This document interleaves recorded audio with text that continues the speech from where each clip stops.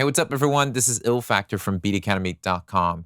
I wanted to share with you a clip from my last listening session. And this is something that I do exclusively for my Beat Academy members, where twice a month I have a live coaching call where I listen to my members' music and give them critical feedback on how to take their next step forward with their music. And during these calls, there are some amazing moments where we go back and forth about some of the struggles that these members are having with getting their music placed and a lot of the insights that I get to share from my years of experience of working in the music industry.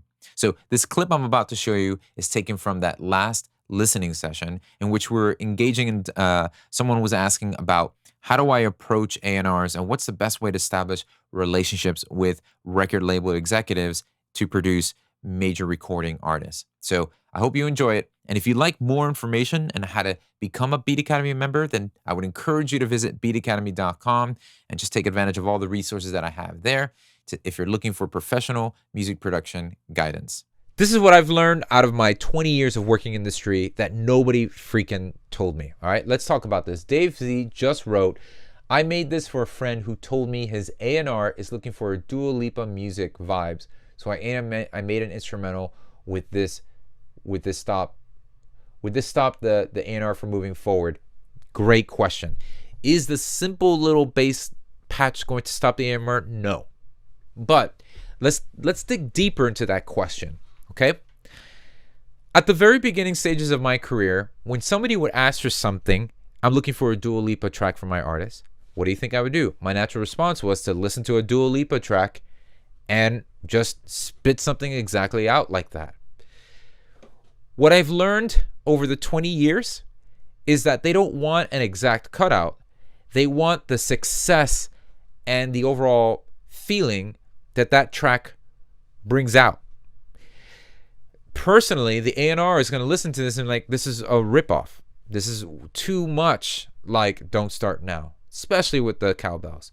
So you're really putting yourself in a tough spot because the A&R is like, yeah, Dave, you got the chops, but you're handing me an exact copy, and this is not what I'm looking for my artist. Now, what Dave is thinking, because I was in there, no, this is totally fine. This is totally fine. This is good that we're talking about this because my thinking was, well, if the A&R could witness and see how good my quality is and how talented I am, they'll just simply respond back to me saying, hey man, you did a great job, but this is too much like it. Could you do something like this? Do you guys follow along with what I'm saying? I want to just take a moment to see if you guys follow with me so far. The goal isn't to get exactly word for word what the A&R is looking for. They want exactly. So Dave is responding, this is exactly what I was thinking. The thought of our heads is like, well, I'm going to send this to them and they're going to get the general gist and vibe. And if they can't see that I'm talented, if they can't see the quality of my productions, then it's their fault. No. The industry doesn't work on if this, then that. It's deeper than that. It's more of the emotional thing. So like, for instance, if an A&R comes to me and says, this happened. This actually happened a month ago. An A&R from Sony came to me with a girl group. They came to me, and of course, what do you think they asked for? We want to Dua Lipa. Now, with my experience, I know for a fact they don't want me to go and copy a Dua Lipa track, right? So how do I interpret that? Because if I copy a Dua Lipa track, give it to them, they're like, yeah, I know we asked for Dua Lipa, but this is a little too Dua Lipa. So what are they really asking?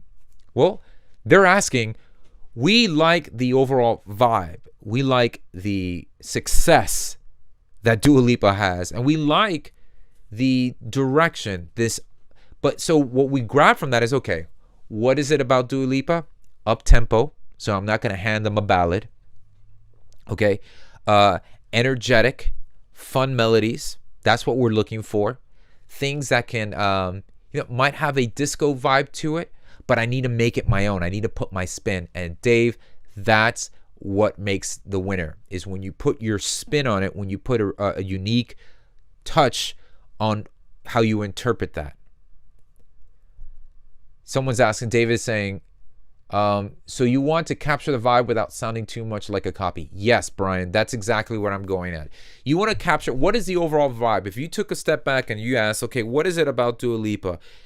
80% of it is the artistic vibe, the persona, who she is, everything about her and what's the success that comes from that. The 20% of the production and the songwriting is, okay, like up-tempo, no ballads, new disco era, you know, straight four on the floor type things, things that are going to be energetic, positive. We're not going too minor. We're not doing all these things. And lay it down, her freaking vocals rock it and kill it. So that means I need to be writing songs that can get that kind of sass out of there. And so it's probably worth finding vocalists that can pull that off, even for a demo, and hand that off to the A&Rs. Does that make sense, everybody?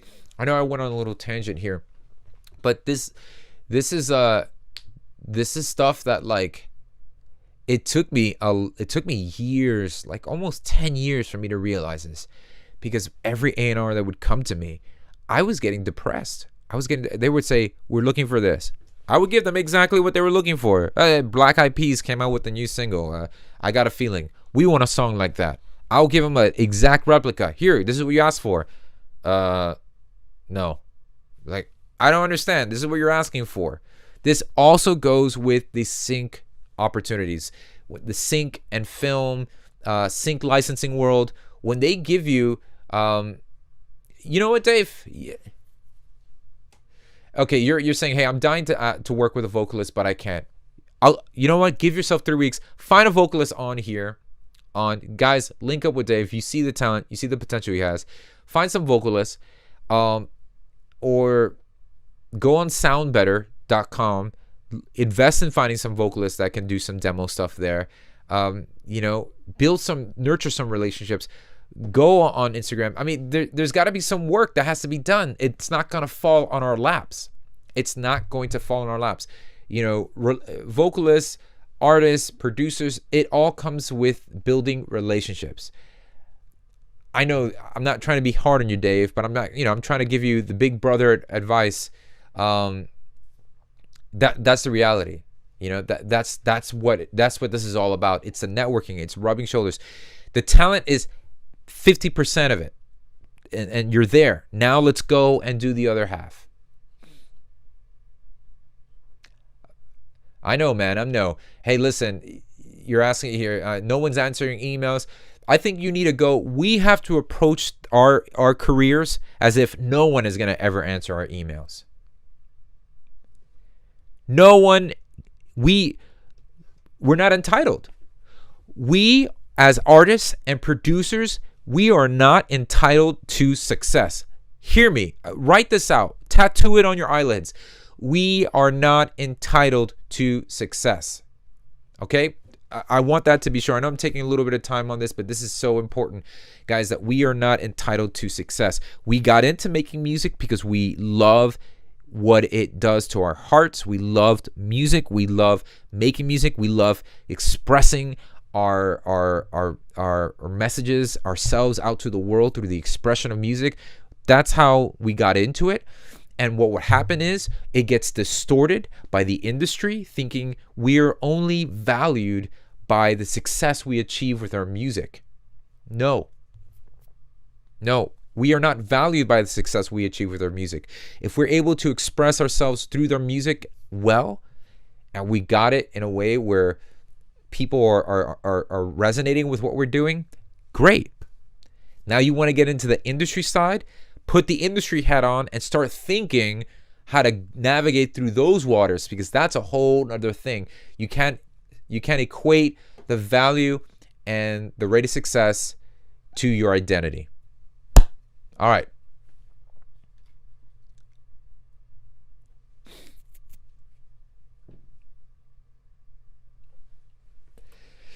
Whew, I'm sorry for that rant, guys, but hopefully there were some gold and gems in there that would be beneficial to those who needed to hear it today.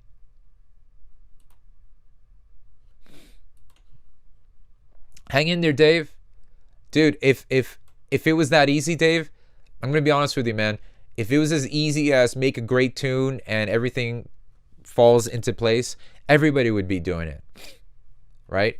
What you guys are hearing on the radio, what you guys are seeing blow up, is a small 1%. All right, nobody's going gaga over the millions of artists that are making a living off of their music that are totally under the radar. There's so much great music out there that nobody's even heard of, and they're making it. They're doing well. They're not Dua Lipa status, but no one is. That's a small percentage.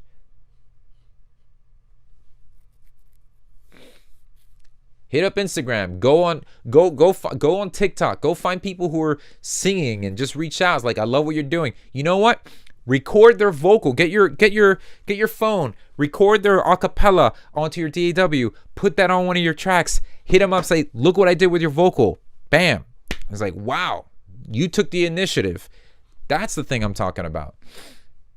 Thank you so much for watching. Once again, this was taken from one of my live coaching calls that I do exclusively for my Beat Academy members. If you're looking to take your next step forward with your music production, well then visit beatacademy.com and take advantage of all the resources that I have available for you there. Looking forward to seeing you there.